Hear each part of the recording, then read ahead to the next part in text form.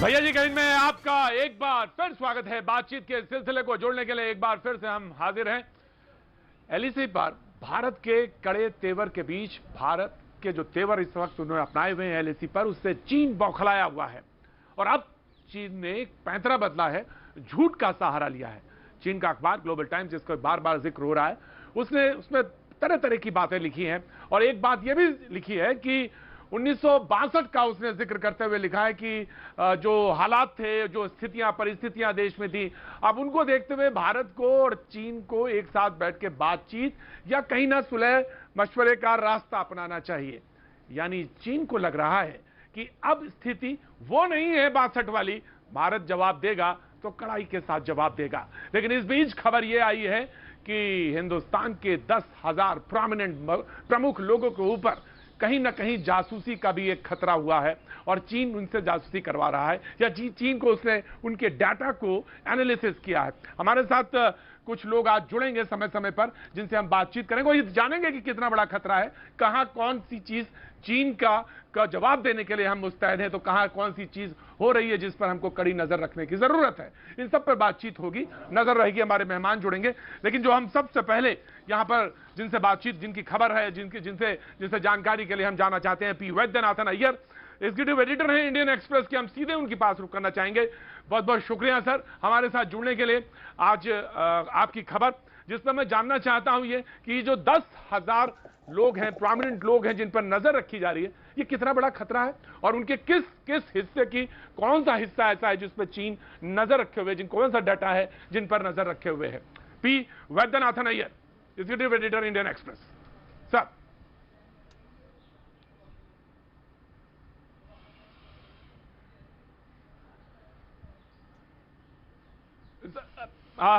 एक बार फिर से हम कोशिश करेंगे। पी वैद्यनाथन अय्यर सर, आपको हमारी आवाज आ रही है? Are you getting me sir? Disturbance के साथ आवाज आ रही है? डिस्टर्बेंस के साथ आ रही है।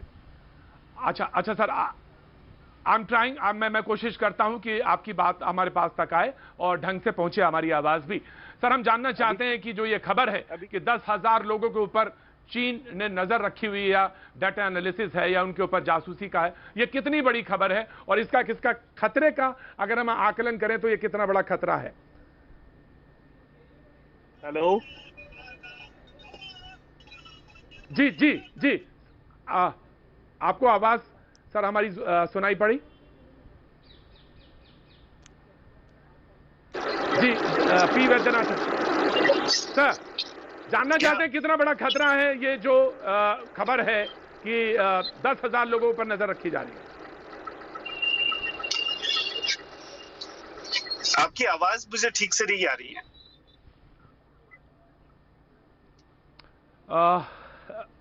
मैं कोशिश करता हूं एक बार फिर से आपके पास तक पहुंचने की। सर जो ये खबर है, आवाज आई सर आपको? आवाज आई सर? हाँ आ रही है जी। मैं ये जानना चाहता हूं कि ये खतरा कितना बड़ा है जिस खबर की तरफ हम इशारा कर रहे हैं, जिसका आपने भी उल्लेख किया है कि ये कितना बड़ा खतरा है जो 10,000 लोगों के ऊपर जासूसी या उनके ऊपर नजर या उनके डाटा पर नजर रखी जा रही है। जी देखिए, खतरे से ज्यादा मुझे सबसे बड़ी बात जो कहनी है ये है कि जेनवा डेटा, जो शेंजन की एक छोटी सी कंपनी है, पिछले 3 साल से वो इतना डेटा इकट्ठा कर रही है पूरे दुनिया भर में। जैसे हमने आज लिखा है इंडियन एक्सप्रेस अखबार में कि हमारे देश में भी, भारत देश में भी वो लोग कम से कम 10,000 लोगों के बारे में डेटा इकट्ठा कर रहे हैं और ये डेटा 10-12 सोशल मीडिया प्लेटफॉर्म्स में से इकट्ठा कर रहे हैं। बहुत सारे आर्टिकल्स जो ब्लॉग्स छपते हैं, न्यूज ऑनलाइन आती है, बाकी जो न्यूज आती है या फिर पेटेंट्स होते हैं, बिडिंग डॉक्यूमेंट्स होते हैं, सारी जगह से ये लोग इंफॉर्मेशन इकट्ठा करते हैं और ये 3 चीजों को जोड़ने की कोशिश करते हैं। एक तो जो बंदा है जिसके बारे में इंफॉर्मेशन निकाल रहे हैं, दूसरा जो एंटिटी को बिलोंग करता है, जो ऑर्गेनाइजेशन को बिलोंग करता है, और तीसरा जो इंफॉर्मेशन है ये बंदे के साथ कनेक्टेड। सो ये तीनों चीजों को लेकर वो जो डेटाबेस बना रहे हैं, इसे रिलेशनल डेटाबेस कहते हैं और इसको कंटिन्यूअसली ट्रैक करते हैं ये लोग। जब कंटिन्यूअसली ट्रैक करते हैं, और फेसबुक और ट्विटर में आपको पता होगा कि जियो लोकेशन भी होता है, आप कहां पर खड़े हैं, आप कहां से क्या पोस्ट किया है, उसमें कितने दोस्त आपके लाइक कर रहे हैं, डिसलाइक कर रहे हैं या कमेंट्स दे रहे हैं, ये सब चीजें भी उनके पास इंफॉर्मेशन आती है। तो इस इंफॉर्मेशन को जब इंटेलिजेंस के तरह से यूज किया जाता है, ये एक वेपन बन जाता है।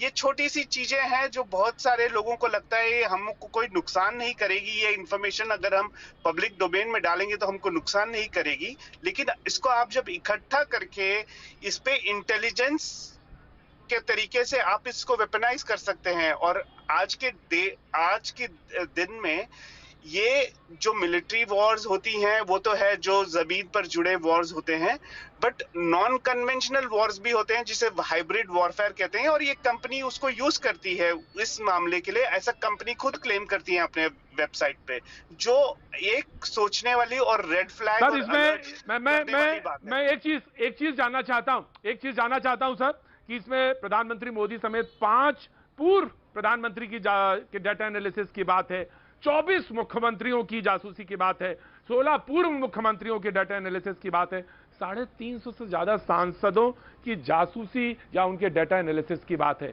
तो यानी आप के जो डिफरेंसेस हैं, या जो हमें लगता है कि हमारी बात जो हम कहते हैं, जो सवाल पूछते हैं, या कहीं कोई डिफरेंसेस इतने दूर चले जाते हैं, तो वो सारी चीजें उनके एनालिसिस का एक हिस्सा है। आई एम सॉरी, मुझे लगता है कि एक बार कनेक्शन मैं कोशिश करेंगे कि एक बार फिर से बात करेंगे। आपकी रिपोर्ट थी जिस पर ये बात आज सुबह से चल रही है, मैं कोशिश करूंगा एक बार पहुंचने की, लेकिन हमारे साथ जो मेहमान हमारे आज जुड़ रहे हैं, मैं उनकी तरफ भी रुख करना चाहूंगा। अब हमारे साथ शहनवाज हुसैन साहब बीजेपी का पक्ष रखने हमारे साथ जुड़ेंगे, उनसे बात करेंगे। अभय दुबे जी के पास चलना चाहूंगा, कांग्रेस के प्रवक्ता विवेक श्रीवास्तव लेफ्ट का पक्ष रखने के लिए हमारे साथ आज मौजूद रहेंगे। हमारे साथ मेजर जनरल रिटायर्ड एजेबी जैनी साहब हमारे साथ रक्षा विशेषज्ञ के तौर पर हमारे साथ जुड़ेंगे, बहुत बहुत शुक्रिया। कर्नल रिटायर्ड RSN सिंह साहब जो रक्षा विशेषज्ञ हैं वो हमारे साथ जुड़ेंगे। प्रोफेसर स्वर्ण Singh chairman centre for international politics JNU से हमारे साथ जुड़ेंगे, बहुत बहुत शुक्रिया, थैंक यू सो मच। मैं सबसे पहले कर्नल रिटायर्ड RSN सिंह साहब के पास जाना चाहता हूं। सिंह साहब, ये जो हमारे पास बात आ रही है बार बार कि डाटा की बात तमाम तरह से कही जा रही है, एनालिसिस की बात हो रही है उनके, और वो जो डिफरेंसेस हमारे साथ आसपास दिखते हैं उसकी बात कही जा रही है, इसी की बात को खतरे को लेकर मैं बात कर रहा था जहां इंडियन एक्सप्रेस में जो रिपोर्ट छपी। तो ये किस तरह से यूज करते हैं इसके बारे में मैं जानना चाहता हूं, फिर उसके बाद बहस की तरफ आगाज करूंगा। जी RSN सिंह साहब। नहीं, ये देखिए, आज से करीब 5-6 साल पहले एक काफ़ी आप ही के मीडिया पे चर्चा हुई थी कि किस तरह से इन्होंने 4-5 हज़ार एंटिटीज़ को उस समय टारगेट किया था हिंदुस्तान में। तो देखिए, इलेक्ट्रॉनिक वॉरफेयर तो हिस्सा रहा है हमेशा से, और यहाँ तक हिस्सा रहा है, और इतनी ये गंदी दुनिया है कि आप देखिए कि ये जानने के लिए कि रफाल का जो इलेक्ट्रॉनिक वॉरफेयर का जो पैकेज जो है उसको जानने के लिए ये सुप्रीम कोर्ट तक चले गए, क्योंकि ऐसे तो हासिल हो नहीं रहा था। तो मान लीजिए कि हम और आप अगर कोई अपने ये communication 1G 2G 3G 4G तक पहुंच गए, तो जो डिजिटल फुटप्रिंट्स हैं हमारे वो तो बढ़ते गए हैं, और इसीलिए आज दुनिया में इतनी वो 5G पे वो चल रही है कि अगर जब 4G तक आते आते चीन की ये साइबर वॉरफेयर का उनकी जो इंटेंशन है वो अगर जाहिर होती है, तो 5G के साथ तो ये पूरी दुनिया में आग लगा देंगे ये। तो ये इसका देखिए, इसमें कौन कौन से एंटिटीज हैं। रिटायर्ड लोग, सर्विंग लोग तो छोड़ दीजिए, रिटायर्ड लोग एटॉमिक एनर्जी कमीशन के, नासा के 14 या 16 आर्मी चीफ्स के बारे में, क्योंकि ये देखिए रिटायर्ड लोग को थोड़ा बात करने की ज्यादा आदत होती है। एक अंग्रेजी में वर्ड है गैरलस, समझे ना? तो हर रिटायर्ड आदमी यही सोचता है कि वो जी। युग पुरुष था, तो वो थोड़ा वो ज्यादा बातचीत करता है। तो ये देखो कितने अच्छे तरीके से, मतलब ये अच्छे, मतलब कितने प्रिसिशन से ये किसको ये कर रहे हैं। राइट कर्नल, मैं आता हूं, ऑफ कोर्स सर मैं आपके पास आता हूं, और बेहद अदब के साथ कहता हूं कि जो रिटायर्ड हैं वो सब हमारे बड़े बड़े सम्मानित हैं, और मैं उनके सम्मान में सारी चीजें इस्तेमाल करता हूं। कोई एक शब्द भी मैं ये नहीं कहूंगा कि रिटायर्ड लोग हमारे लिए वो एक तरह से हमारी पूंजी हैं, ये मैं कहता हूं। Of course sir, With the due respect to you, sir. With the due respect to you, sir. मैं भी उसी With the due कैटेगरी में respect आता to हूँ। you, sir. बस मैं रिस्पेक्ट राइट सर, और हम सबको उसी कैटेगरी में जाना है। नहीं मैं बात कह With the due respect, sir. Of course, sir.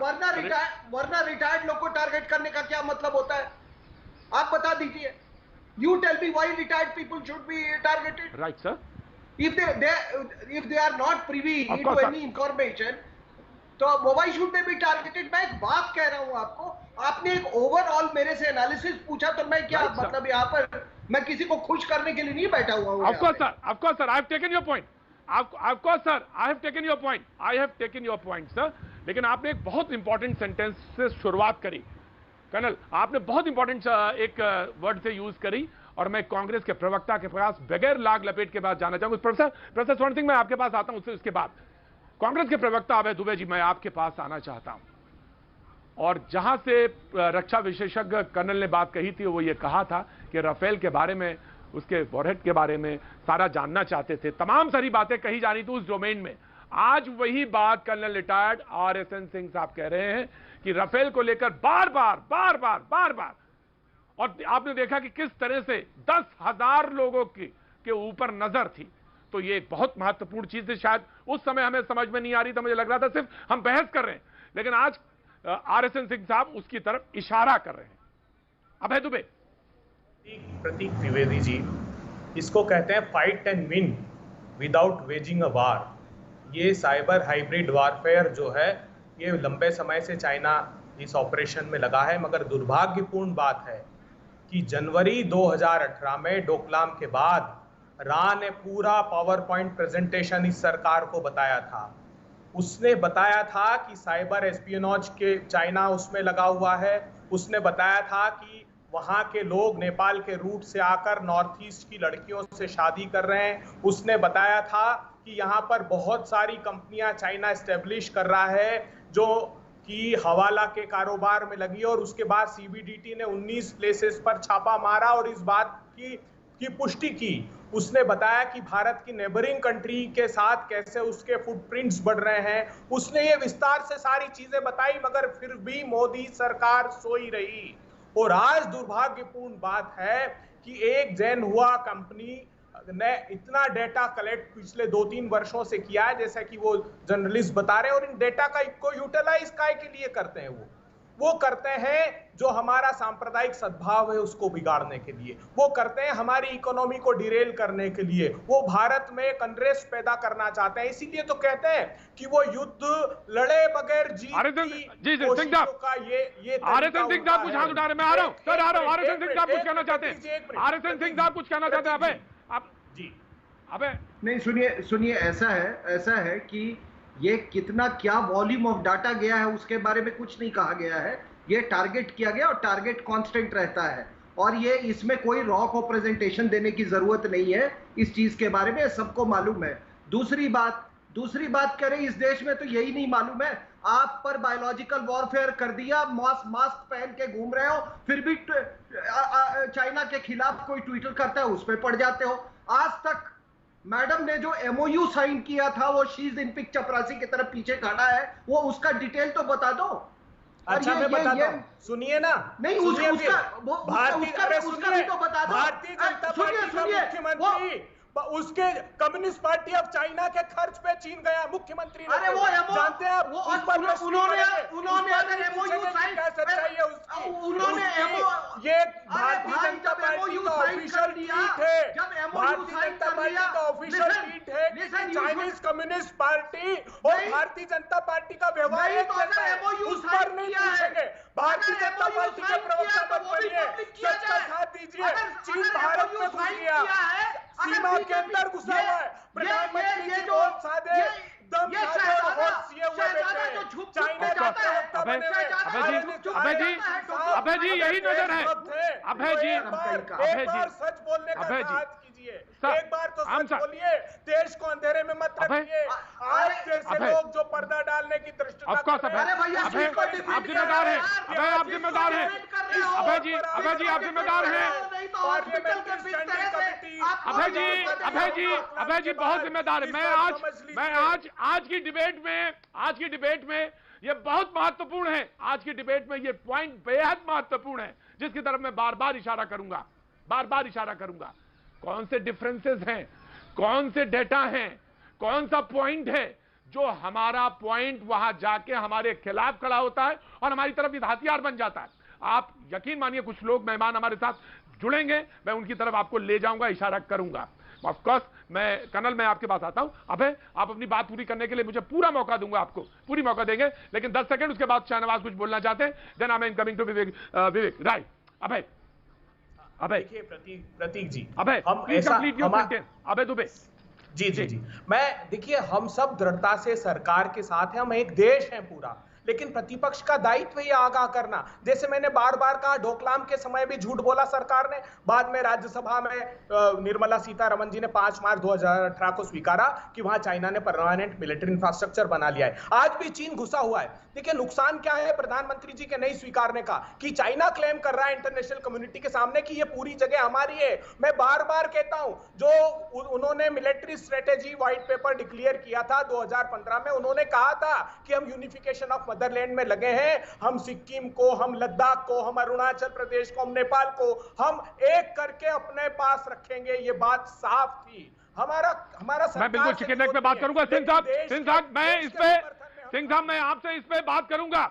ये बड़ा खतरा, ये खतरा जिस तरफ आप इशारा कर रहे हैं, मैं सिंह साहब आपके पास आऊंगा। चिकन नेक की बारे में जिसके बात कहते हैं कि नॉर्थ ईस्ट कट जाएगा, नॉर्थ ईस्ट पे तमाम सारी नजरें हैं, मैं आऊंगा बिल्कुल। ऑफकोर्स आपने पॉइंट उठाया अब है, मैं बिल्कुल आऊंगा। अब ऑफकोर्स सिंह साहब, मैं आप उंगली उठा, मैं आऊंगा आपके पास, बात करने आऊंगा। लेकिन मैं शाहनवाज जी प्लीज आपकी तरफ बात, मैं विवेक आ रहा हूं। शाहनवाज साहब, अब चुप बैठने का तो समय है नहीं, जवाब देने का वक्त है, लिहाजा मैंने आपके नाम को बुलाता हूं, जवाब दीजिए शाहनवाज साहब। देखिए, जवाब सवाल में ही छुपा है। चाइना हर मोर्चे पर एक मजबूत लड़ाई भारत की तरफ से उसको मिल रही है, और वो अपनी हरकत सिर्फ भारत के खिलाफ ही नहीं, बल्कि दुनिया में कई राजनेता, नौकरशाह, वैज्ञानिक, उनके खिलाफ ये साजिश रची। अभय दुबे जी और कांग्रेस की दुश्वारी ये है कि ये चाइना के खिलाफ बोलने की जगह भारत पर उंगली उठाने लगते हैं। अरे यहाँ पे डिबेट ये है कि चाइना की उस हरकतों से आपका मन दुखा है या नहीं। डिबेट ये है कि चाइना जो इतनी गिरी हरकत कर रहा है, उस पर भी आप मोदी सरकार को ही कटघरे में, यानी भारत सरकार को ही कटघरे में खड़ा करते हैं। हरसिंह सिंह साहब ने जो कहा कि मेमोरेंडम ऑफ अंडरस्टैंडिंग जो है वो तो आप कैंसिल कर दीजिए ना। अब आप जो चाइना के साथ तालमेल है, सुन लीजिए दुबे जी, देखिए आप कहते हैं, देखिए विवेक मुझे आपकी आवाज आ रही है। विवेक मैं आ रहा हूं। विवेक नहीं, आप नहीं बोलते, आपने बहुत धैर्य के साथ सुना। विवेक मैं आ रहा हूं। विवेक, मैंने आपका नाम बुलाया है, बिल्कुल उसके बारे में बताएं ना कुछ। अरे ये कोई कम्युनिस्ट पार्टी, मैं बात करूंगा फॉरेन पॉलिसी। विवेक लेफ्ट पार्टी, ये चाइना के खिलाफ बोलने पे विवेक जी को नाराज हो जाते हैं। ठीक है, हम चाइना के खिलाफ बोल रहे हैं, हम कम्युनिस्ट पार्टी आपकी पार्टी के खिलाफ थोड़ी बोले हैं। हम चाइना के खिलाफ बोलते हैं, नाराज आप हो जाते हैं। क्या हो गया आपको? अरे चाइना के खिलाफ बोल रहे हैं, आप क्यों नाराज होते हैं जनाब? इस सरकार की भारत, ठीक है विवेक ठीक है, गुस्सा आता है। हम जब चाइना के खिलाफ बोलते हैं, ठीक है शाहनवाज साहब, ठीक है विवेक मैं कर्नल, मैं आपके पास आ रहा हूं। विवेक शाहनवाज साहब उनको जवाब दे दीजिए। जी, मैं ये कह रहा हूं कि कांग्रेस पार्टी वो व्यक्ति से बड़ा दल और दल से बड़ा देश होता है। जनाब, जब डिबेट हो चाइना पर तो हम सबको एक स्वर में बोलना चाहिए। हम कह रहे हैं जो मेमोरेंडम ऑफ अंडरस्टैंडिंग है वो खत्म कर दीजिए, और ये कम्युनिस्ट पार्टी के जो लोग हैं इंडिया देश को बेचने वाली बात नहीं। विवेक मैं आ रहा हूं, आपको मैंने बुलाया है। विवेक आपको बुलाया, मेरे मेहमान है। विवेक आपको पैनलिस्ट, ऐसे पैनलिस्ट बुलाया। प्रोफेसर सौरभ सिंह बैठे हैं, उन्होंने अभी एक भी नहीं बोला। मैं आ रहा हूं सर, आपको एज ए पॉलिटिकल पार्टी विवेक श्रीवास्तव मैं समझता हूं। शाहनवाज विवेक जी, मैं ऐसा कुछ नहीं बोल रहा हूं जिससे आप पहले से नाराज हो रहे हैं।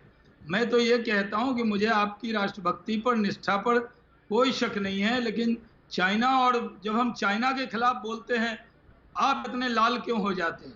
आपका झंडा लाल है, चाइना का झंडा लाल है, लेकिन आप हमें भारतीय हमेशा हैं, आपको नाराज नहीं होना हमेशा चाहिए। शक है। आपको हमेशा चाइना आपकी के राष्ट्रभक्ति पर चाइना शाहनवाज जी। चाइना जब बॉर्डर पर हरकत आप करेगा, सिंह साहब आ रहा हूं, मुझे सिंह साहब आ रहा हूं, सिंह साहब आ रहा हूं, शहनवाज भाई फिर भी आरएसएन सिंह साहब आ रहा हूं, आरएसएन सिंह साहब आ रहा हूं। विवेक विवेक पार्टी के विवेक लोग विवेक चाइना के विवेक खिलाफ बोलिए तो लगता है कांग्रेस के खिलाफ बोल दिया, चाइना के खिलाफ बोलिए तो लगता है कम्युनिस्ट पार्टी के अबे खिलाफ अबे अबे मैं आ रहा हूं, अबे आप अबे आ रहा हूं, अबे भाई भाई जी, एक हैं जनाब। अबे दुबे आ रहा हूं, आई एम कमिंग, अबे दुबे आ रहा हूं। चाइना की हरकतों के ठीक है, खिलाफ हमें ठीक है, इकट्ठे हमें- रहना है, ठीक है हमें सर, चाइना का पक्ष नहीं लेना दुबे जी।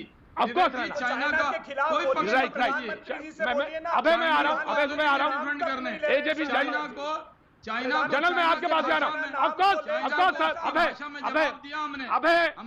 लोग शहीद अबे प्लीज तो उनके प्लीज, अबे बहुत बहुत मुश्किल वक्त है, अबे मुश्किल वक्त है, हम लोगों अबे ने मुश्किल वक्त है, we have to stand now. जवाब दिया। रक्षा विशेषज्ञ मैं ऑफ कोर्स शाहनवाज, आपका जवाब आया, बिल्कुल जवाब आया। मैं रक्षा हम विशेषज्ञ चाइना के खिलाफ बोल रहे हैं। आरएसएन सिंह साहब कुछ कहना चाह रहे थे, मैंने उनकी आवाज सुनी। कांग्रेस के आप खिलाफ थोड़ी बोल आरएसएन रहे सिंह हो। साहब, भारत आरएसएन सिंह साहब 1962 का चाइना के खिलाफ बोलते हैं तो आप नाराज क्यों हो जाते हैं जनाब? that you are Of course, no, this is not the way, Vivek. Vivek, this is not the way. Vivek, this is not the way. Bharat के खिलाफ आपकी सरकार और गवर्नेंस जो है वो इतना ज्यादा भारत के खिलाफ है। एक मिनट। इकोनॉमिक्स में चाइना जीरो, के खिलाफ एक मैन्युफैक्चरिंग लाइन में के zero, Vivek Shrivastava, Vivek Shrivastava, Vivek Shrivastava, now you please listen. अच्छा, आप चाइना के खिलाफ Please, you क्या are- कदम उठाना चाहिए बताइए विवेक। This is not the way. No, Shahnawaz, please, Shahnawaz साहब, जी, of course, मैं आ रहा हूँ, सेशन चल रहा है, अबे एक मिनट, मैं 2 बहुत सारी मिनट, चीजें हाउस में भी होंगी। रक्षा विशेषज्ञ, दो मिनट, मैं 2 मिनट ये आपको बता दूं कि जब चाइना का इन्वेजन हुआ था तिब्बत पे, तो कम्युनिस्ट पार्टी ने एक रेजोल्यूशन पास किया था जिसमें उन्होंने कहा था कि इनको टिबेटन्स को मेडिएवल डार्कनेस से चाइनीज ने, माओ ने इनको निकाला है और उनको इन्होंने सर्फ ओनर्स बताया था, समझे। उसके बाद जब 1962 वॉर हुई, जब सितंबर का महीना, अभी जब बादल मंडरा रहे थे, भैया ये तो हमें उस समय एक मिनट थोड़ी देश की सेवा कर लो। सेंट्रल बात तो पूरी होने दीजिए। मेरी सेंट्रल एग्जीक्यूटिव, जब आप परफॉर्म नहीं कर पाते तो हम सारे देशद्रोही, हमारी पार्टी देशद्रोही। आपकी परफॉर्मेंस क्या है? आपकी परफॉर्मेंस क्या है? नहीं, विवेक, nobody is saying that you, no, विवेक, ये हमारी स्ट्रेंथ है, विवेक, आप मेरी बात कर लीजिए कि पैनलिस्ट हैं, जल्दी कंप्लीट करिए। नहीं, सितंबर 62 में इनकी सेंट्रल एग्जीक्यूटिव की मीट हुई। ये चाइना के एक मिनट यार, India and India which is selling. Talk of 2020 India and India which is selling. चुप कर of the American and the European multinationals. चुप बार हर चैनल पे बोलता हूं तेरे को चुप रहने के लिए। यूरोप की मल्टीनेशनल हर चैनल पे और देश को nobody will use this word. Nobody will use this word. Nobody will use this word. No, 2020 की बात करो. Talk of 2020. एक minute Nothing to say. Because the government has failed. Please, Vivek, you have to listen. Vivek, I'm giving you time. Vivek, I will give you time. इस तरह के शब्द विवेक जी बोल रहे हैं। Colonel, I will give you time. Just no, this is not the way. This is not the way. मैं आ रहा हूँ सर, जनरल मैं आ रहा हूँ, जनरल आ रहा हूँ, प्रोफेसर स्वर्ण सिंह मैं आ रहा हूँ, आराम से बात करेंगे, सारे लोग देख रहे हैं, मुझे मालूम है बेहद सेंसिटिव इशू है, very sensitive issue. Vivek, you will get time, of course you will get time and you will respond. वक्त है छोटे से ब्रेक के बाद मैं फिर हाजिर होता हूँ, बने रहिए हमारे साथ।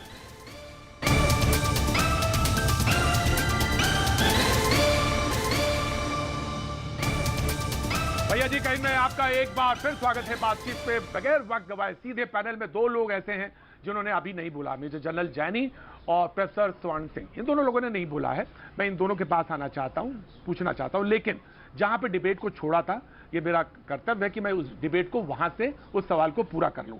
देन सर मैं आपके पास आ रहा हूं प्रोफेसर, देन मेजर जनरल आपके पास आता हूं। आरएसएन सिंह साहब, आप उल्लेख कर रहे थे और उस चीज को पूरा करिए, देन लेफ्ट के नेता जो है विवेक श्रीवास्तव विल रिस्पॉन्ड, बीच में कोई नहीं बोलेगा जी।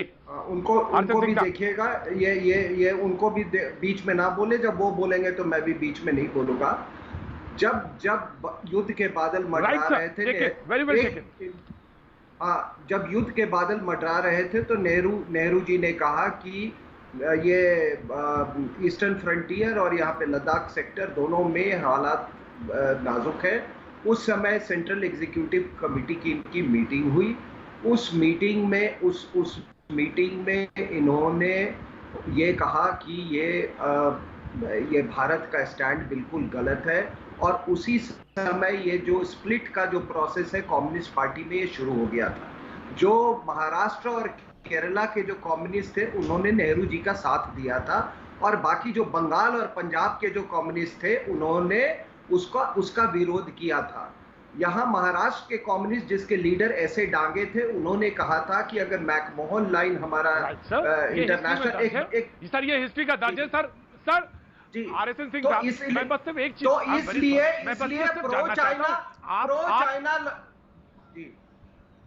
प्रो चाइना लॉबी हमेशा से रही है। और अगर कोई ये कहता है कि कम्युनिस्ट राष्ट्र भक्त है तो मैं उनको कभी आज तक देशद्रोही से, साहब ये हमारे बाप दादा जानते थे क्या ये वामपंथी क्या होता है? ये एक फॉरेन आइडियोलॉजी हम पर आके आपने थोप दिया, सोशलिज्म कम्युनिज्म और कह रहे हो कि तो ये आदमी right sir Vivek now you will respond. Okay Vivek of course Vivek now you will respond. Foreign ideology लेके हमको सिखाने चले हो? अच्छा चलिए अब आप सुनिए, शांति से बैठ के सुनिए जरा। सबसे पहली चीज है, इस देश में कम्युनिस्टों ने 35 साल बंगाल को रूल किया, 25 साल त्रिपुरा, 10 साल मणिपुर और अनेकों साल केरला, और देश के डेवलपमेंट में कंट्रीब्यूशन है हमारा। हमारे मालूम है 2004 में मालूम है कि बंगाल में कितनी। आप सुनिए, हमारे अब now you are interfering, you are breaking the rules. I respected you, so please listen. 2004 के अंदर यूपीए की सरकार हमारे समर्थन से खड़ी हुई, और आज अगर खड़े होकर के आप कहते हैं दैट वामपंथ मींस एंटी नेशनल, वामपंथ मींस एंटी भारतीय, आप टुकड़े गांठ के भी हम भी सपोर्ट में इलेक्शन थे। लड़ते हैं। आप इलेक्शन टुकड़े गांठ, let me speak now, you are interfering, you are uncivilised, you are uncivilised, don't be uncivilised. कोई टुकड़े नहीं है। We fight elections, we win elections, we lose elections, we believe in the democracy of this nation, we believe in the Indian constitution, and I don't believe in your bogus concept of Hindu Rashtra. I don't believe in your concept of Hindu Rashtra. I am a secular. मैं secular हूँ, मैं धर्मनिरपेक्ष हूँ।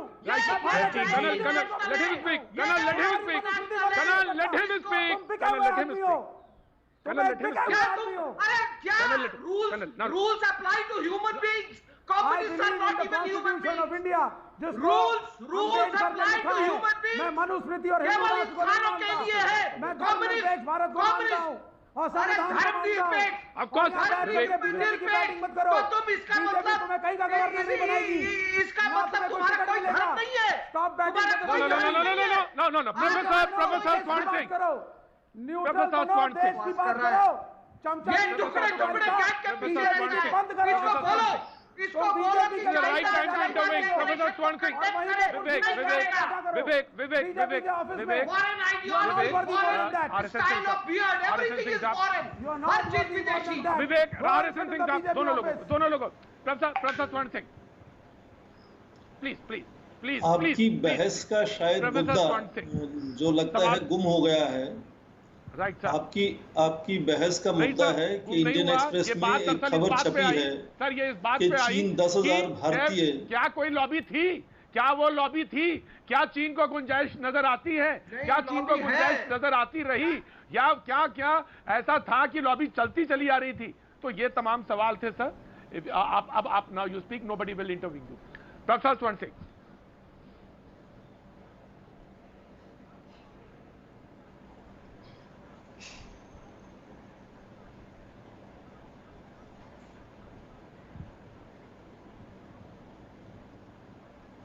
Professor स्वर्ण Singh, sir, professor स्वर्ण सिंह। आपकी बहस का मुद्दा है कि इंडियन एक्सप्रेस में एक खबर छपी है कि 10,000 भारतीय नेतृत्व के लोगों पर जासूसी कर रही है एक खास कंपनी चीन की। तो उसका सबसे बड़ा महत्व तो यही है कि उन्होंने एक कंपनी की ओर इशारा किया है जिसका नाम चनहुआ डेटा है, तो उससे भारत को किस तरह से बचना है उस पर शायद बहस होनी चाहिए, या फिर चीन की जो जासूसी का तरीका है वो किस तरह से बाकियों से अलग है, इस पर बहस होनी चाहिए। जासूसी तो सभी देश हमेशा से करते आए हैं, अपने लोगों पर भी और दूसरे देशों पर भी। और दूसरे देशों को जिनको हम दुश्मन मानते हैं उनसे कैसे बचना है उस पर बहस होनी चाहिए। तो चीन के बारे में सबसे बड़ी बात तो ये है कि अब वो इकलौता बड़ा देश है जहां ऐसा नहीं है कि देश के अंदर बहुत सी पॉलिटिकल पार्टीज हैं, वहां पॉलिटिकल पार्टी के पास एक देश है। तो कहने का मतलब ये कि चाहे वो कोई सेना में हो या व्यापार में हो या अफसरशाही में हो या किसी दूसरे काम में हो, जहां तक वो पार्टी से जुड़ा रहेगा वहां वो जासूस पार्टी का बन सकता है। ये ताकत केवल चीन के पास है, ये अलग उसको अपने आप में बनाता है। तो कंपनी जिसकी बात हो रही है वो प्राइवेट कंपनी थी, उससे ज़्यादा फर्क नहीं पड़ता है। दूसरी बात, जासूसी सभी विशेषज्ञ मानते हैं कि 80% जासूसी पब्लिक जो सूचना होती है आप सबके सामने जो उसी से निकाली जाती है। तो चीन के इतिहास में, उनकी सभ्यता में आप जाएं तो चीनी शब्दावली में जासूसी को छिंगपाओ कहा गया, जिसका मतलब दो निकलता है, या तो इंटेलिजेंस या इंफॉर्मेशन। तो उनके शुरुआत से ही तरीके ऐसे रहे हैं। इसीलिए 1921 में जब कम्युनिस्ट पार्टी का गठन हुआ तो चाओलाई के अंतर्गत एक ऐसी खुफिया एजेंसी भी उसी वक्त बनाई गई। तो पार्टी का दबदबा होना, पार्टी का शुरू से रुझान होना जासूसी पर, ये अपने आप में चीन की ताकत है। भारत को उससे कैसे बचना उसकी ओर ध्यान देना होगा। क्योंकि आप तो भारत की जो क्योंकि चाइनीज मामलों में आप एक्सपर्ट हैं सर प्रोफेसर, क्योंकि चाइनीज मामलों में एक्सपर्ट हैं सर, मैं एक सवाल जानना चाहता हूं। लोग कह रहे हैं, बराबर पूछना चाह रहे हैं कि जिस तरह से शी जिनपिंग पे दबाव भी है, चीन के अंदर भी दबाव बन रहा है, और चीन उसके ऊपर उनकी पॉलिटिक्स, इंटरनल पॉलिटिक्स में भी जिस तरह से उन्होंने भारत को घेरने की कोशिश की है, या आसपास के जो मुल्क हैं उनके 24 कंट्रियों से उनके बाउंड्रीज लगती है, जिस तरह से है वहां पे दबाव बनता जा रहा। तो क्या ये सही है कि उसके अंदर इंटरनल पॉलिटिक्स में अंदर शी जिनपिंग घिरते जा रहे हैं, ऐसा है? मैं जानना चाहता हूं सर। हाँ, उनके लिए अंदरूनी चुनौतियां बहुत बढ़ रही हैं। आप देखें, वहाँ हाल ही के इतिहास में देखें तो हर नेता को 10 वर्ष का कार्यकाल मिलता है, 2-5 वर्ष के कार्यकाल। उनका ये कार्यकाल 2022 में समाप्त होने वाला है, जिसका मतलब कि अभी तक उनको अगले आने वाले नेताओं के नाम सामने कर देने चाहिए थे। पर ऐसा लगता है कि शी जिनपिंग, जो उन्होंने संशोधन करवाया था अपने संविधान में, उसके चलते कुछ और देर तक या एक दशक तक वहां बने रहना चाहते हैं नेता। तो उससे क्या साफ जाहिर होता है कि जो बहुत से नेता जिनको उम्मीद थी कि उनको भी नेतृत्व का मौका मिलेगा, उनको नहीं मिलेगा। तो उनका आक्रोश होना संभावक। उसके साथ साथ चीन की जो आर्थिक व्यवस्था पर चोट लगी है, उसका जो पूरे विश्व की नाराजगी है चीन को लेकर, वो भी एक कारण है। वो भी एक कारण है अंदरूनी। राइट सर, मैं आता हूं। अंदरूनी उसकी चिंताएं बढ़ जाती हैं। जी बिल्कुल, वो अंदरूनी जो right sir major general AGB जैनी साहब बहुत देर से वेट कर रहे थे। सॉरी सर, मैं बहुत देर से आया, लेट से आया, लेकिन पैनल बड़ा होता है तो उसमें होती हैं चीजें। मैं आप पहले भी आते रहे। एजीबी जैनी साहब, मैं ये जानना चाहता हूं, जो इस वक्त जासूसी वाली बात थी, तमाम बहस हुई, बड़ी तीखी बहस भी हुई। मैं ये जानना चाहता हूं कि चीन जो है, मालूम है कि डिजिटल वॉर होनी है, सर्विलांस पर है, बहुत सारी चीजें उस पर जुड़ी हुई हैं, और वो उसी तरह से अब दबाव बनाना चाहता है। तो जो स्थितियां हैं और जो देश के मुल्क के अंदर हैं, जो डिफरेंसेस नजर आ रहे हैं, जो कर्नल RSN सिंह साहब कह रहे हैं, उसका वो एनालिसिस करके उस डेटा को यूज करता है। तो ये कितना बड़ा चैलेंज, कितना बड़ा खतरा। ऑफ कोर्स स्वर्ण सिंह ने कहा, प्रोफेसर ने कहा कि ये तो सबके पास रहता है, ये सबके सामने रहता है, पब्लिक डोमेन की चीज है, लेकिन वो हथियार में भी इस्तेमाल हो सकता है, इसकी तरफ कर्नल बता रहे थे। Of course sir. Major general Prateek, मैं पहले तो आपको दाद देना चाहता हूं कि आपने इतना लंबा ब्रेक दिया। मुझे उम्मीद है कि जो गुस्सा हो गए थे लोग, वो गुस्सा ठंडा हो गया होगा और अभी बड़ी शांतिपूर्वक सुनेंगे लोग। देखिए, ये जो इस माफिक की जो कार्रवाई जो चीन अभी कर रहा है, इस माफिक की जो इंटेलिजेंस गैदरिंग कर रहा है, 1000-10,000 लोगों के ऊपर में कोई एक कंपनी लगा दी कि भाई इनके बारे में ये पता करो, ये वो पता करो, ये सारा हर देश करता है प्रतीक, हर देश करता है। और ये जो एक वॉरफेयर का एक हिस्सा बन गया है, जो कि हाइब्रिड वॉरफेयर है, जिसमें टेररिज्म भी है, इकोनॉमिक वॉरफेयर भी है, पॉलिटिकल प्रेशर भी है, डिप्लोमेटिक दबाव भी है, हर एक चीज किस्म की है, सोशल भेदभाव करना भी है, हर एक चीज मिलाकर हाइब्रिड वॉर का ये एक हिस्सा है। तो हमको पहले ये मानना चाहिए कि ये एक पोटेंट वेपन ऑफ वॉर है जो चाइना कर रहा है, करेगा, आप उसको रोक नहीं सकते। दूसरा, हम अगर उससे सतर्क हैं तो हमारे जो प्रिवेंटिव मेजर्स हैं, ताकि कि हमको डैमेज ना हो, इसका डैमेज कंट्रोल हमको करना है और ये यकीन करना है कि जो हमारे सिस्टम्स हैं वो इतने सिक्योर होने चाहिए कि चीन कोई भी कोशिश करे, हमारी जो राष्ट्रीय सुरक्षा वाली बातें हैं वो चीन के इस घुसपैठ के काम से बाहर न जाए। दूसरी बात मैं वहां शुरू करना चाहता हूं जहां कि हरचंद सिंह साहब मेरे एक बड़े अच्छे दोस्त हैं और मैं उनका बड़ा आदर करता हूं कि ये रिटायर्ड ऑफिसर्स की जो बात करी, देखिए रिटायर्ड ऑफिसर की एक बहुत बड़ी खूबी है और वो हरचंद सिंह साहब भी इसीलिए उस खूबी से महरूफ है, उस खूबी से आर्म्ड है कि हम सच बोल सकते हैं, हमारे ऊपर कोई दबाव नहीं है, हमारे ऊपर में कोई भी किसी किस्म का बंधन नहीं है। जहां राष्ट्र सुरक्षा की बात है हम सच बोल सकते हैं, बिल्कुल निष्पक्ष सच बोल सकते हैं, क्योंकि जहां पॉलिटिकल पार्टीज आती है प्रतीक, एक दूसरे का गिनाता है कि भाई आपने 62 साल में क्या किया, ये नहीं किया, वो नहीं किया, दूसरा गिनाता भाई आपने 8 साल में क्या किया, वो नहीं किया। मेरा मानना है कि हमको इतिहास के पन्ने बंद करके रख देने चाहिए। जहां राष्ट्र सुरक्षा की बात होती है सबको मिलकर एक होना चाहिए, एक आवाज। राइट सर, राइट में मैं आ रहा हूं, ऑफ कोर्स, अबे राइट सर, अबे मैं आ रहा हूं, अबे मैं आ रहा हूं, ऑफ कोर्स सर, अबे हमारा दुश्मन उठाएगा। जी बिल्कुल, अबे सही कहा, अबे राइट सर, मैं आ रहा हूं, अबे just give me a second, अबे just give me a second. Harchand Singh sahab, colonel आप मौजूद हैं। भारत ने 200 चीनी ऐप पर प्रतिबंध लगाया, बैन लगाया, 4G 5G को बोली से बाहर रखा चाइना कंपनी को। चीन की सरकार की मदद के बगैर इसने डेटा का विश्लेषण मुश्किल है, ये सरकार भी कहती है कि इतना बड़ा डाटा है, इसका विश्लेषण करने के लिए चीनी सरकार की भी हेल्प चाहिए। लेकिन चीनी कंपनियों को पर जो बैन है 4G 5G के बारे में जो उन्होंने उसको बोली में बाहर किया, ये सारे स्टेप्स थे जो सरकार ने लिए। और जिस तरह से चीन का जो खतरा डिजिटल वॉर वाला, जिस अप्लायंस वाला जिस पर आप इशारा कर रहे थे, टैकल करने में ये तमाम सारी चीजें हेल्पफुल हैं। जी हरचंद सिंह साहब, मैं देखिए ऐसा ये कहा कि हर देश ये करता है, बिल्कुल यकीनन हर देश इस तरह की अपनी साइबर कैपेबिलिटी इस्तेमाल करता है। लेकिन चाइना में की कंपनियां हैं जिसको आप निजी कंपनी मानते हैं, उसमें एक बंदा इनका जो है PLA का एम्बेडेड होता है, जिसका काम केवल इंटेलिजेंस गैदरिंग होता है। इसीलिए इन्होंने कहा, आपने देखा होगा तमाम वेस्टर्न कंट्रीज में इन्होंने 5G के मामले में कहा कि जो हुआई कंपनी है इसमें लोग एम्बेडेड है, PLA के लोग। यही नहीं, कनाडा में आपने एक कंपनी का वो उदाहरण देखा होगा, तो कोई छोटी हो या बड़ी कंपनी, उसमें एक आदमी PLA का एम्बेडेड रहता है कि कहीं ये विचारधारा से अलग तो नहीं जा रहा है, और दूसरा उसका काम होता है इंफॉर्मेशन गैदरिंग का।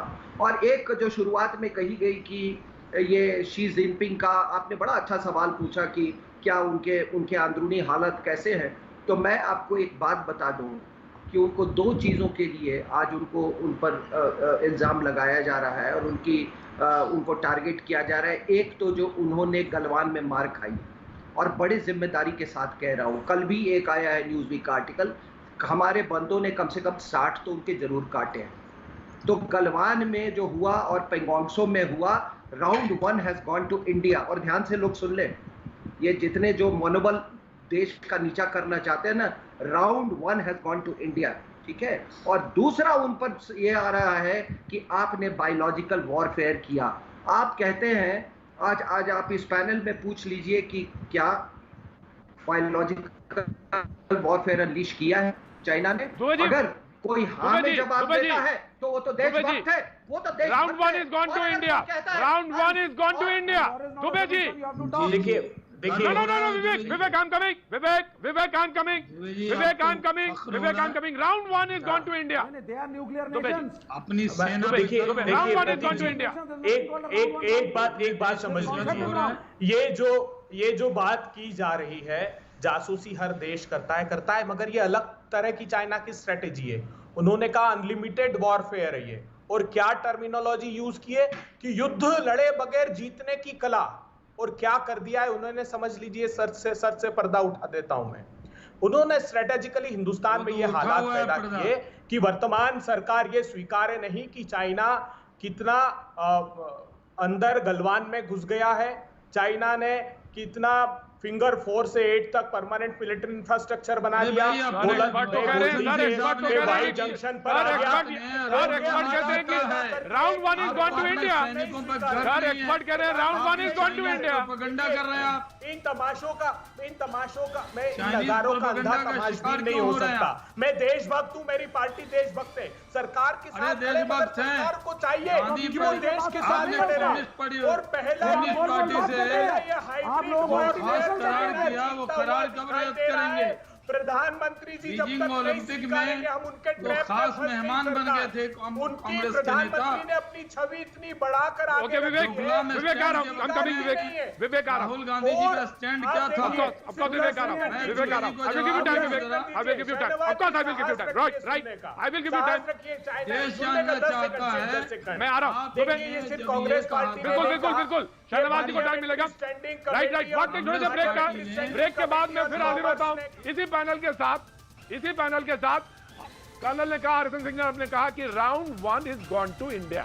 क्या वो बौखलाहट है चाइना की कहीं दूसरी तरफ वो ले जाना चाहता है? इसी पे बात करेंगे। वक्त है छोटे से ब्रेक का, ब्रेक के बाद में फिर हाजिर होता हूं।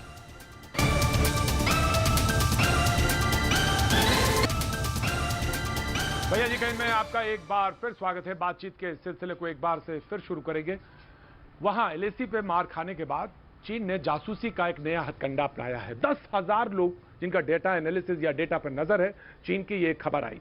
इस खबर के बाद आज हमने भैया जी कहीं में बातचीत के सिलसिले को जोड़ा। इसमें तमाम ऐसे पहलू निकले जिन पर हम बात कर रहे थे।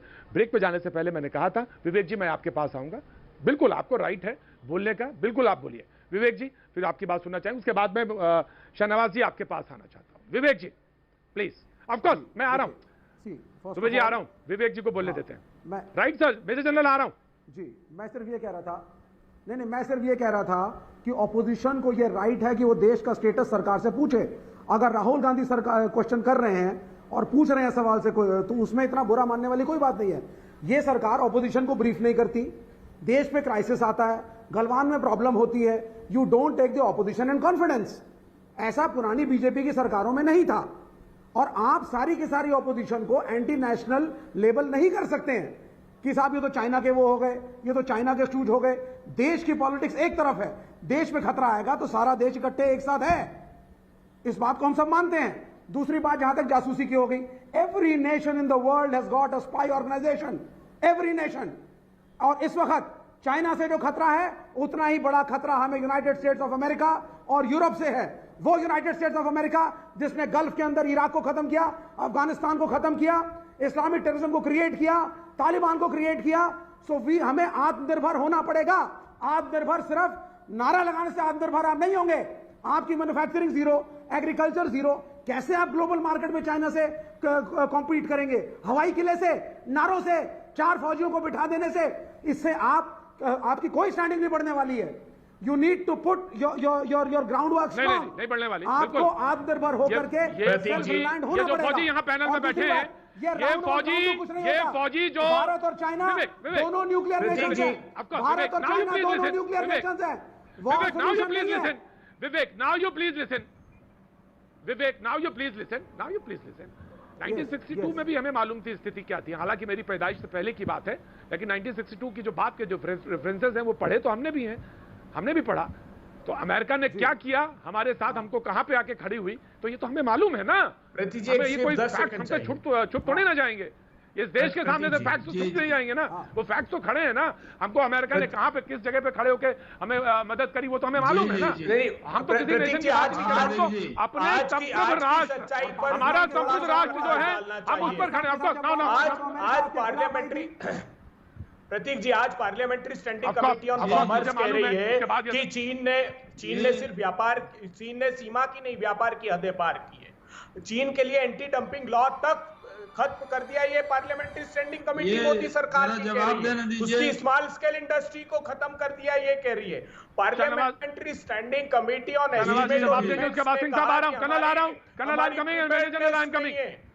तो ये कम से कम अपोजिशन के साथ साथ खुद की पार्लियामेंट्री स्टैंडिंग कमेटी की बात सुने प्रधानमंत्री जी। हम सब साथ हैं। मैं जवाब देता हूं, दुबे जी सवाल को दुबे जी सवाल को और सीधा कर देते हैं। Shahnawaz ji, now you respond. Randeep Singh Surjewala कहते हैं कि क्या मोदी सरकार को इस गंभीर मामले का पहले पता था?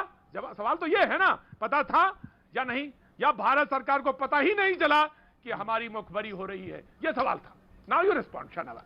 देखिए, दो बातें हैं। तो दुबे जी का भी सवाल है, उन्होंने कहा कि ठीक कहा कि चीन बिना युद्ध के जीतना चाहता है, इसीलिए तो कांग्रेस पार्टी से 2008 में समझौते करता है।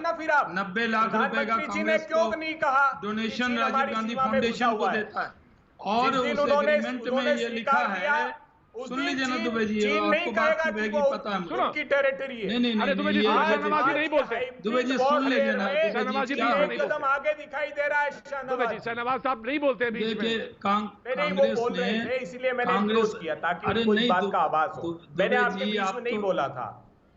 दुबे जी, मैंने नहीं बोला था, आप थोड़ा सुन भी लीजिए। आप विपक्ष में रहकर भी सुनना नहीं चाहते। सुन लीजिए ना, जवाब आप कहते हैं जवाब नहीं आवाज दबा रहे हैं, इसलिए कहना पड़ रहा है। आप ये आज तक जवाब आप नहीं दे पाए कि 8 में समझौता जो हुआ उसमें चीनी कम्युनिस्ट पार्टी की उपस्थिति में जो समझौता हुआ था उसमें था क्षेत्रीय और अंतर्राष्ट्रीय सभी विषय पर सूचना आदान प्रदान करेंगे। सुन लीजिए ना, आप देखिए, आप जान रहे हैं ठीक है शाहनवाज हाथ रख रहे हैं, ये तो अन्याय है। अब बीजेपी दुबे जी मैंने तो सवाल को डायरेक्ट कर दिया। दुबे जी की आवाज बड़ी बुलंद है, जरा तो उनको मेरी आवाज सुन लीजिए। दुबे जी, मैं ये कह रहा हूँ, इंदौर से आती है ये आवाज, और इंदौर से आती है, बहुत अच्छी आवाज है इनकी, बढ़िया बोलते हैं। हाँ, हम लोग उसी के इलाके के हैं, बिहार के। तो हमारी भी आवाज को सुन लीजिए ना, बिहार के लोगों की आवाज को मत दबाइए। आपकी भी खूबसूरत आवाज है, जैसे जितने खूबसूरत आप हैं। मैं दुबे जी, आपसे एक बात का सिर्फ एक सवाल है जो मैं कहता हूं कि 2008 में जो समझौता था उसमें था कांग्रेस पार्टी, सुन लीजिए ना, चीनी कम्युनिस्ट पार्टी, चीनी कम्युनिस्ट पार्टी और कांग्रेस पार्टी क्षेत्रीय और अंतर्राष्ट्रीय सभी विषय पर सूचना आदान प्रदान करेंगे। आप सुन लीजिए ना दुबे जी, सूचना आप मेमोरेंडम ऑफ अंडरस्टैंडिंग को खत्म कर रहे हैं कि नहीं? ये जो सूचना आपने एग्रीमेंट किया कि हम क्षेत्रीय और अंतर्राष्ट्रीय सूचना आदान प्रदान करेंगे, कोई देश की सूचना तो नहीं दे रहे। राफेल पर जिस तरह की लड़ाई आपने लड़ी, उससे जो राफेल के बारे में जानकारी पूरे दुनिया में गई और कम्युनिस्ट पार्टी को भी मिली है। वन बाय वन आप एग्रीमेंट का पार्ट तो नहीं था। आप भारत की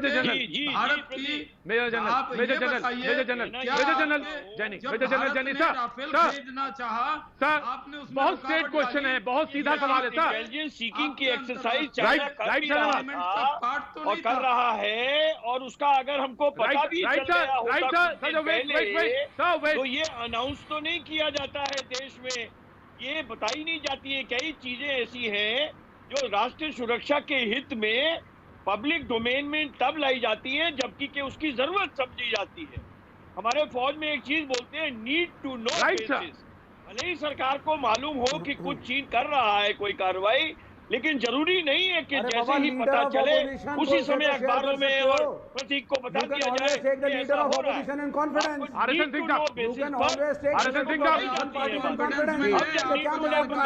आया है देश को ये बात बताई जा रही कि ये चीन सुन लीजिए, कार्रवाई कर रहा है, सुन लीजिए, इंटेलिजेंस सीकिंग कर रहे हैं, 1000 लोगों के ऊपर में डोज के राइट साहब और उनका आरएसएस सिंह साहब में क्यों नहीं लेते? Of course Why don't you take the leader of opposition and major general Jaini ने एक बात कही, opposition को कॉन्फ्रेंस क्यों नहीं लेते? opposition का राइट है, आपको बताना होगा कि देश की स्थिति क्या है। ठीक है, आरएसएस सिंह साहब now please respond, RSS Singh साहब प्लीज रिस्पॉन्ड ना, आरएसएस सिंह साहब नाउ प्लीज रिस्पॉन्ड कि आप विपक्ष, ठीक है मैं आ रहा हूं, आरएसएस सिंह साहब नाउ प्लीज रिस्पॉन्ड। नहीं, जहां तक विपक्ष का सवाल है, I think they have forfeited the right. वो उसी दिन ये फॉरफिट कर गए थे राइट जब कोई Is it a one party government? No, नहीं, are you advocating a one party government? आप अपनी चाटुकारिता अपने पास रखिए। आप बीजेपी के चाटुकार हैं, ये हम सब जानते हैं। आप बीजेपी की बैटिंग करने आते हैं, हम सब जानते हैं, हमें सब पता है। आप अपने लालच में बीजेपी की चाटुकारिता रोज करते हैं। We all know that. Are you suggesting a bloody one party rule? This is a democratic country. How dare you say this is a one party rule? तुम अपनी चमचागिरी खुद करो। You sign किया, you are a big security risk to the country. आप केवल politics में हैं। आप केवल believe in the Constitution of India. I believe in democracy. I believe in elections. नहीं कि आप I don't believe in democracy. You are trying to get indignation by suggesting it to Narendra Modi. क्योंकि वो politics में है। विवेक मैं आपके साथ हूं, विवेक मैं आपकी बात कहता हूं, विवेक अभय मैं आपकी बात कहता हूं, बीजेपी की सरकार की अपोजिशन को सवाल पूछने का हक है,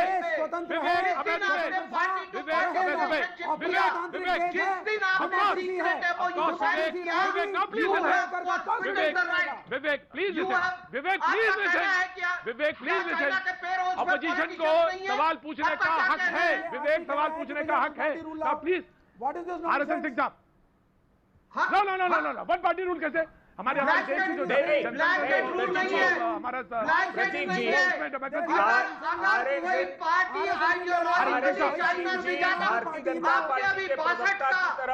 आपने अभी 62 का उदाहरण मेरे से क्यों मांगा था? क्यों मांगा था? मुझे बहुत दुख के साथ शाहनवाज जी मैं आना चाहता था, शाहनवाज साहब नहीं, सवाल हैं, कुछ सवाल हैं जो बेहद अनत्वरित रह गए और निश्चित तौर से ये जो स्थितियां बनती हैं वो कोई बहुत सुखद या बहुत अच्छी नहीं है जो डिबेट पे बन के खड़ी होती हैं। आज अभी बस सिर्फ इतना, कल फिर होगी मुलाकात, बने रहिए हमारे साथ।